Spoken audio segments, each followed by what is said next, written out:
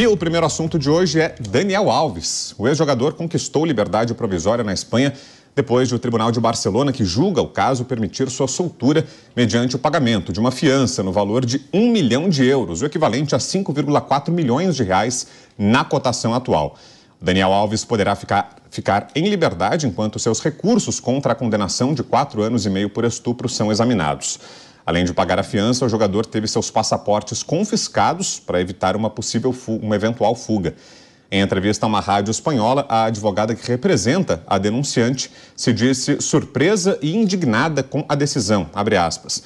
Está sendo feita justiça para os ricos, fecha aspas, é a declaração da advogada que representa a mulher vítima do Daniel Alves. Vamos para as análises? Vou começar com você, Felipe Monteiro. Pepe, conseguiu entender, Pepe, essa decisão da Justiça Espanhola? O que é que embasou e, na sua opinião, foi correto esse entendimento que permite agora ao Daniel Alves a soltura? Isso depois que ele pagar a fiança. A gente está até aqui no aguardo, né, Pepe, de que seja feito esse pagamento. Tem notícias já circulando de que a família do Neymar vai ajudá-lo de novo a quitar essa fiança que foi imposta pela Justiça. Enquanto isso não acontece, ele não foi solto. Mas é a tendência para as próximas horas. Correta, na sua opinião, a decisão, Pepe? Boa tarde. Boa tarde a todos, nossos telespectadores, nossos ouvintes, meus colegas aqui de mesa. O Brau, primeiro programa que eu faço com o Brau. Não imagina a minha alegria de estar aqui com ele aqui, ó. E a recíproca é verdadeira. E agora consegui, né? Eu falei que eu só vinha se você estivesse aqui, Pepe. Eu tirei um colega meu que estava aqui para poder fazer esse programa com o Brau. Tão entusiasmado que eu estou. O Brau, essa questão do Daniel Alves é uma questão realmente que... quando você vê a matéria, causa uma certa repulsa social, né? Inclusive, você vê que o sistema jurídico do Brasil é copiado de Portugal, que é copiado da Espanha, que, por sua vez, é copiado da Alemanha. Então, quando a gente olha para o caso da Espanha, a gente vê uma certa similaridade com o caso brasileiro, até porque os sistemas jurídicos são bem parecidos, né, entre si. E aí tem uma questão que eu acho interessante, né? Vamos separar em dois aspectos. Primeiro, o aspecto social, o aspecto da população em si, o aspecto cultural, não é? Que quando olha essa decisão que é da Justiça liberando o Daniel Alves numa liberdade provisória por meio de pagamento de uma quantia de 1 milhão de euros, 5,4 milhões de reais, parece que é mais o rico que está pagando para ser solto para a Justiça e para o Estado. Então, isso a liberdade tem preço, né? Isso causa uma certa repulsa, uma certa indignação social. Inclusive, a advogada da vítima falou que a Justiça da Espanha estava se curvando por alguém que tinha dinheiro. E tem um aspecto jurídico, né? É bom lembrar, por exemplo, que o princípio da inocência, né, ele prevê que você só pode ser considerado culpado com o trânsito em julgado de uma sentença condenatória, não é? E no caso do Daniel Alves, apesar de ser muito difícil, não é, o Daniel Alves reverter a decisão dele na segunda instância, todo mundo sabe que é quase impossível, não é? Sobre ele paira também a questão do princípio da presunção da inocência, não é? Então, faz parte do sistema jurídico, né, ele conseguir a liberdade provisória, né, até ter a sentença penal definitiva, que não teve ainda. Tudo bem que isso, do lado cultural, causa indignação, mas do lado jurídico, né, é algo corriqueiro. E é bom lembrar, né, que no Brasil, na Espanha, na Itália, na Alemanha, a execução provisória de uma pena, o que Daniel Alves estava fazendo, porque estava na prisão, é algo que, na verdade, é exceção, não é regra, não é?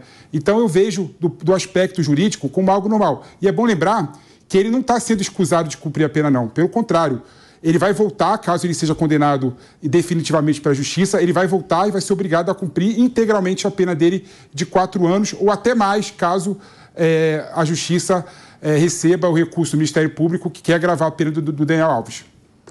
E, bom, a gente está de olho também no que vai acontecer daqui a pouquinho com o Robinho. A gente está na expectativa, daqui a pouquinho vai ser aberta a sessão no Superior Tribunal de Justiça sobre o caso dele. A gente vai tratar disso mais longamente daqui a pouquinho, mas a gente já está de olho. Estava previsto para 2 horas o início da sessão sobre o caso do Robinho. Ainda não foi aberta a sessão, mas assim que começar a gente vai mostrar para você, vai trazer mais informações e analisar o caso do Robinho. Pode ser que ele seja preso aqui no Brasil para cumprir a pena dele lá da Itália. A gente vai tratar disso daqui a pouquinho. São 2 casos de muita repercussão, né, muita comoção, que envolvem nomes nomes do esporte, nomes históricos do esporte brasileiro, crimes sexuais. Então, a coincidência foi que os dois casos acabaram aparecendo hoje fortemente no noticiário. Mas, Diogo da Luz, quero te ouvir agora, Diogo, sobre o caso do Daniel Alves e todo esse clamor social a que o PP fez referência, a repercussão do caso, o alcance que ele teve na mídia. Será que isso, de alguma forma, acaba não influenciando, mas pesando também nas decisões do judiciário, seja para qual lado for? Boa tarde, Diogo. Boa tarde a todos os ouvintes. Boa tarde, Vitor. Boa tarde, meus colegas aqui. Eu acho que realmente pesa. A opinião pública sempre pesa na decisão de qualquer pessoa. Qualquer juiz, por mais que ele queira ser neutro, ele se deixa levar para a opinião pública. Ele é um ser humano, né? Mas eu, nesse assunto, eu vou ter que, infelizmente, concordar com o PP. Infelizmente, não é por concordar com você, não, PP. Muito pelo contrário. É pelo assunto. Eu fico pensando, são pessoas que eu já idolatrei, que eu já vi como heróis do futebol jogando, já torci por eles muitas vezes, especialmente na seleção, e ver eles fazerem isso e estarem soltos até agora. E o Daniel Alves, por mais que haja explicação legal, como o PP trouxe aqui, o fato é que é impossível a gente, como sociedade, entender que ele passou mais de ano preso esperando o julgamento. Foi condenado e aí por €1 milhão ele pode sair, não se sabe até quando. Porque essa decisão definitiva pode demorar poucos meses, mas pode demorar muitos anos. A gente espera que seja muito rápida e que venha a condenação um pouco maior, um pouco menor. Isso a justiça espanhola tem que saber qual é a medida correta. Mas que venha a condenação e que fique o exemplo para que a gente não deixe essa mensagem de que os brasileiros acham isso normal, porque não é em hipótese alguma normal. Quero te ouvir também, Ronaldo Pagotto. Boa tarde para você, Ronaldo. Bem-vindo. Você acha que o ambiente social e até o ambiente político, nesse momento de tanta polarização que a gente enfrenta e que não é desejável, acaba tomando conta até de casos assim, que nada tem a ver com política, é uma conduta individual de um ser humano, uma agressão sexual, enfim, nada tem a ver com política, mas será que esse ambiente também tão polarizado acaba até para casos assim se refletindo, Ronaldo? Boa tarde. Brau, muito boa tarde. Também é minha estreia contigo aqui. Um prazer. Do programa. Uma boa tarde aos meus colegas aqui presentes, à audiência da Jovem Pan. Eu acho que esse tema, ele indica, primeiro, que a sociedade em geral, a brasileira em particular, eu acho que isso é uma questão muito... Tá cada vez mais querendo enfrentar o tema da violência contra a mulher em todas as suas dimensões, sendo o estupro uma delas. Eu acho que isso está gerando cada vez mais um debate de que esse tipo de situação, seja um estupro, seja outro tipo de violência, não deve mais ter a aceitação da sociedade e tudo mais. Então há um clamor para que haja mais punição para esses temas. O Felipe foi muito feliz, ele trouxe que a condição de mantê-lo preso nessa circunstância, ou seja, ele tem uma condenação inquestionável, que já tem uma condenação, mas essa condenação ainda tem um recurso. Vamos dizer que esse recurso precisa ser julgado. A condição que ele está obtendo agora, mediante pagamento de fiança, é a condição para todos os, em geral, todos os presos passam por uma condenação em primeira instância, mas ainda não terminou. Por que eu digo que é quase todos? Porque tem circunstâncias em que a pessoa que está ali sendo julgada, ela não deve ser colocada em liberdade porque ela pode continuar cometendo o mesmo crime. Ou, se ela for colocada em liberdade, ela vai comprometer a produção de provas. Ela vai ameaçar testemunhas, ela vai fazer coisa do tipo. Essas duas circunstâncias, aparentemente, estão fora de cogitação. Estou dizendo aparentemente. Então, é a condição para que ele possa ter uma liberdade provisória. Agora, eu queria só chamar a atenção de uma coisa. Vamos ter só um cuidado para não tratar essa liberdade provisória como uma absolvição ou como uma soltura. Não é uma soltura, as condições para a liberdade provisória são muito rigorosas. Ela pode ser cassada a qualquer momento.